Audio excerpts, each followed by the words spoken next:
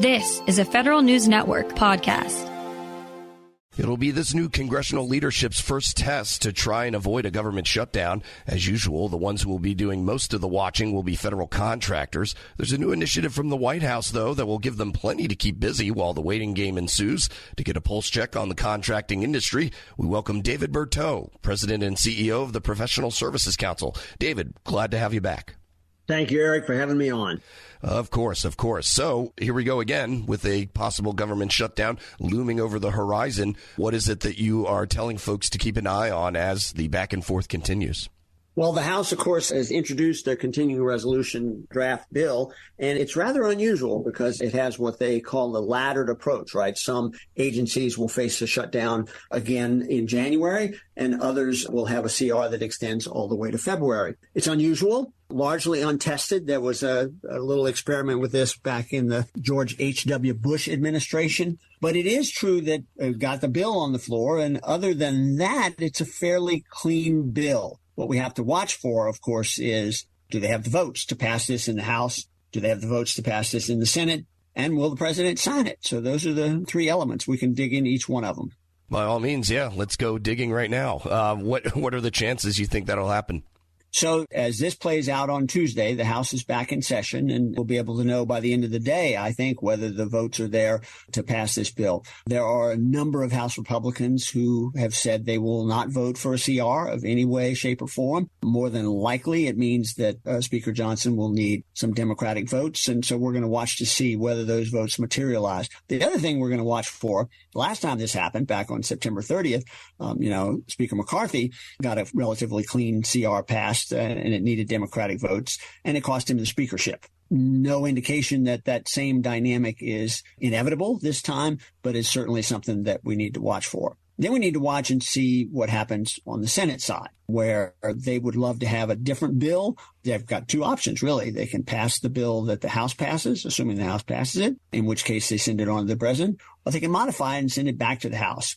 Don't know which they're going to do. We should be able to see that by Wednesday or maybe Thursday. Keep in mind, Friday midnight is the deadline. And then, of course, the question of the White House. The White House press secretary has indicated a potential for veto.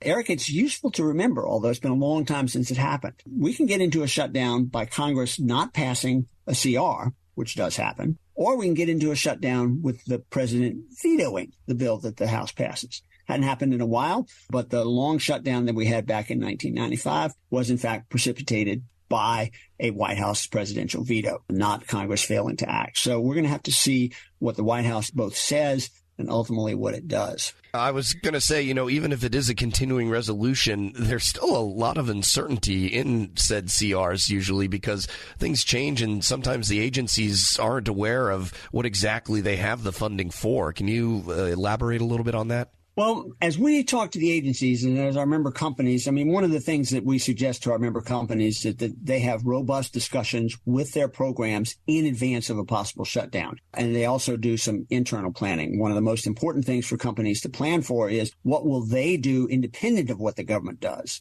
The ability to pay people, the ability to access funds in case you're not going to get your invoices paid, make sure all your invoices are paid and on time, make sure you've communicated with your programs and you know who to contact in the event of a shutdown because a lot of people get sent home and you're not allowed to communicate with them. So you need to know who's going to be there for you to talk to. Agencies are restricted by the White House in many cases, in most cases in preparation for a shutdown, in terms of how much they can say and when. And for many programs, the program offices, the contract managers and administrators will not know if they're being furloughed under a shutdown or if they'll be required to work without pay.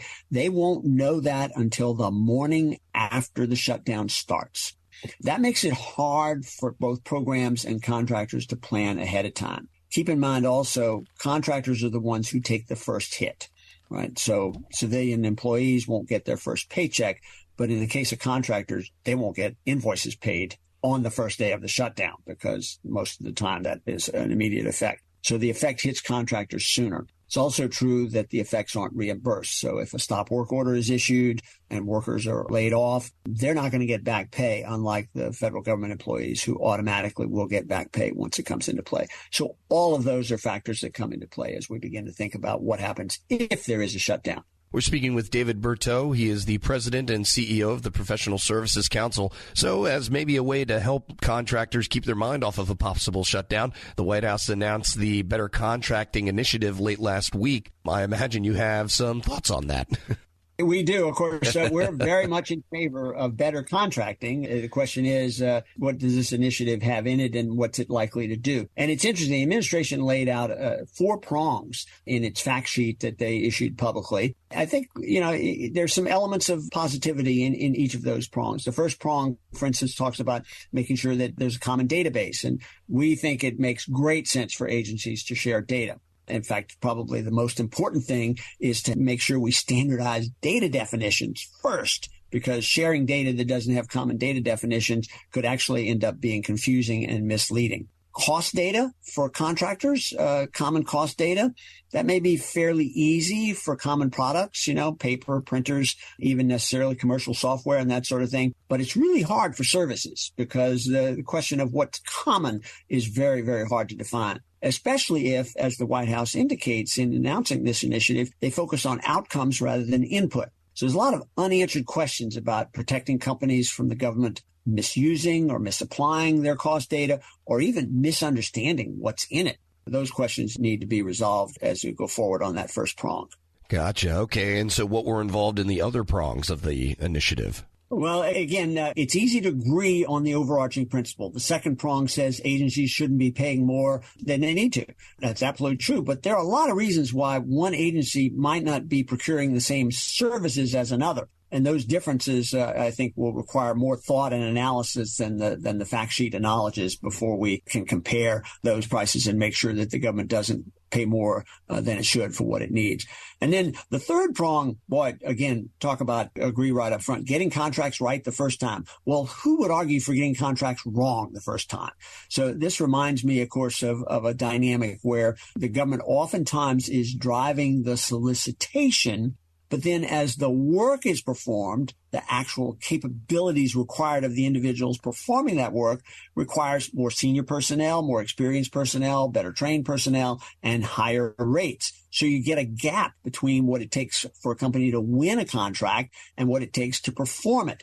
That's the government's fault. Right? If you write a solicitation that's different than what the work will be performed under, then you're going to not get it right the first time. So obviously we applaud that. Implementation of this prong, though, is not going to be easy for a lot of services contracts. And then the last prong is really about how the government buys and whether or not contractors are going to create essentially a monopoly on the front end.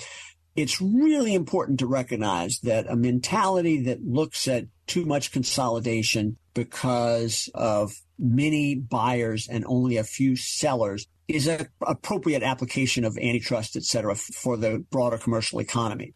But in the government's case, what you really have is very many sellers and only one buyer. And that's a fundamentally different dynamic. And as this prong is implemented, we would like to remind the government that if they only buy enough for a few sellers, that's not really the fault of the companies. That's really, if the government's not buying enough to keep a lot of companies in business, they're going to have to live with the consequences of not having enough competition. So those are the way we think about those 4 prongs. We look forward to working with the administration as they begin to move out on these too. Yeah, finishing up here, I wanted to gauge your opinion on whether or not there will be continued improvements building upon those prongs in this initiative. The overarching approach of the Better Contracting Initiative seems to be aimed at better outcomes, and that we certainly applaud. It is, however, structured in such a way that a lot of the elements will focus on inputs rather than outcomes. So bridging that gap will be the first and probably most important piece. The last thing I would note, though, is, it's November and there's an election a year from now. My experience, Eric, is that in an administration in the 4th year of a 4-year term, there's actually a lot you can get done if you focus on what you've already laid the groundwork for and you build out on that and implement those going forward. So, again, the intent of these is something that we agree with. The implementation will be the challenge, and we look forward to working with the administration on those, as all of our PSC members will benefit from an appropriate implementation of these prongs. David Berteau is president and CEO of the Professional Services Council. David, as always, thank you very much. Thank you, Eric. It's a great pleasure, and happy Thanksgiving. Same to you. And you can find this interview at federalnewsnetwork.com/Federal Drive. Subscribe to the Federal Drive wherever you get your podcasts.